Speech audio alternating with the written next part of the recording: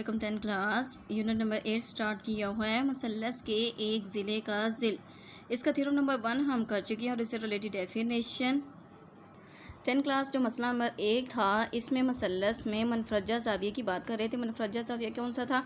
जो कि 90 डिग्री से बड़ा लेकिन 180 डिग्री से छोटा था। तो मसला नंबर 2 में हम बात करेंगे हादा ज़ाविया की।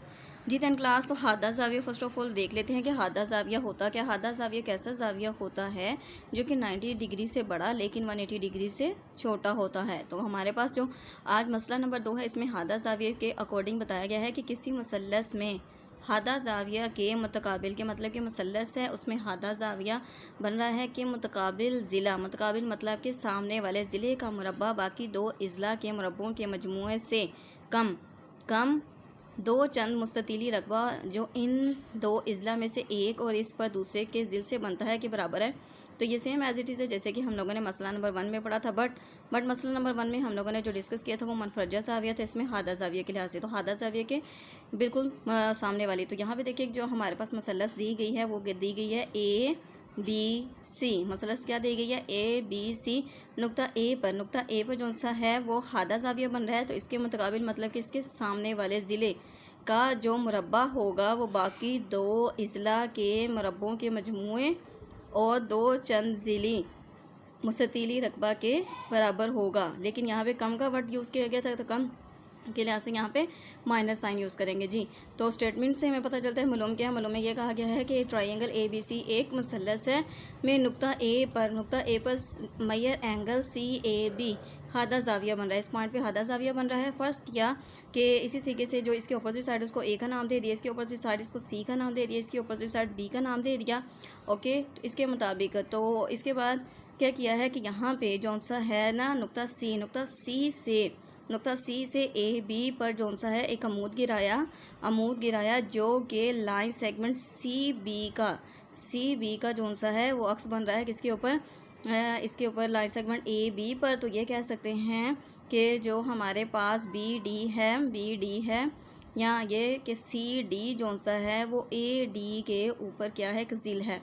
तो इस तरीके से फ़र्स्ट के मुताबिक यहाँ पे लिख दिया है कि BC जो सा वो A के बराबर है और CA जो सा वो B के बराबर है और इसी तरीके से AB जो सा वो C के बराबर है। अब नेक्स्ट ये अभी हम लोगों ने बात की है कि CD से एक अमूद जो सा वो AB पे खींचा इस तरह के AD जो सा है AD ज़िला AC का AB पर क्या है? ज़िल है। ओके, तो इस तरीके से इनकी मेजरमेंट के अकॉर्डिंग इनको नाम दे दिया है एज का और इसको दे दिया है एक्स का।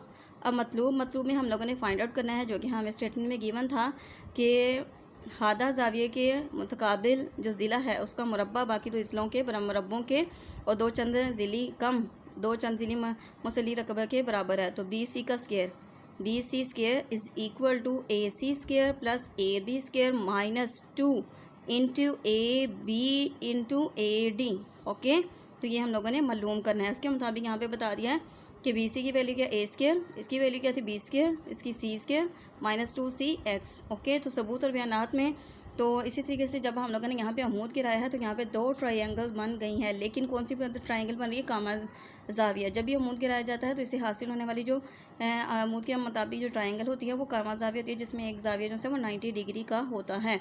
अब आई डिग्री इस लिहाज से देखें तो हमारे पास ACD या CDA जो मुसल्लस है उसमें D पॉइंट पे और इसी तरीके से CDB मुसल्लस में। ओके, तो कामा तो ज़ाविया CDA।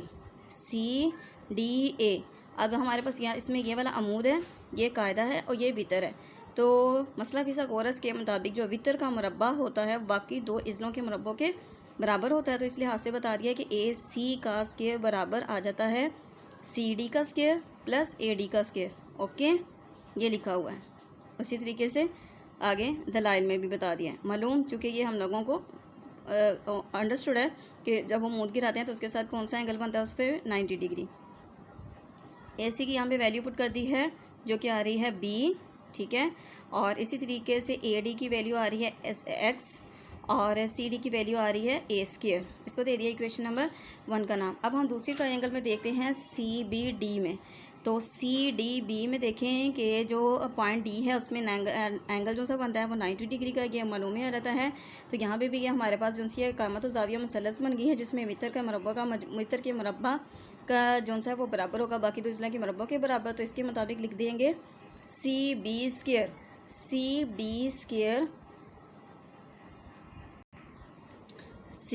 Square is equal to आ जाएगा जी बी डी, इतना सा part B D square plus C D square. Okay, अब चूंकि हमारे पास बी सी की जगह पे वैल्यू क्या लिखी हुई है ए, लेकिन जो बी डी है, बी डी की जगह पे सी माइनस एस किस तरीके से लिखा गया है कि ये हमारे पास जो टोटल लेंथ कितनी है ए बी की, जो टोटल लेंथ है वो कितनी है सी में से अगर एक्स इतना पार्ट माइनस कर दिया जाए तो बी डी हासिल होता है। दोबारा सुनिए, हमारे पास जो टोटल लेंथ ए बी है वो किसके बराबर है सी के।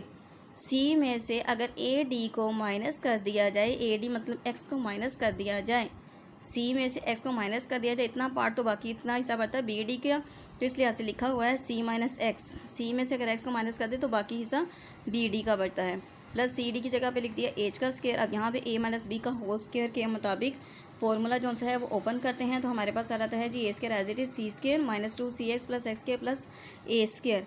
अभी हम लोगों ने फाइंड आउट किया था कि एक्स के प्लस ए स्क्वायर जो है वो किसके बराबर आता था बी के। तो लिखेंगे from equation number 2, equation number 2 में से इसकी जगह पे इसकी वैल्यू को पुट कर देंगे। ओके, तो अरेंज करके लिखा, यही हम लोगों ने फाइंड आउट करना था, तो ये मतलब हम लोगों ने फाइंड आउट कर लिया। तो ये था आज मसला नंबर 2 10 क्लास।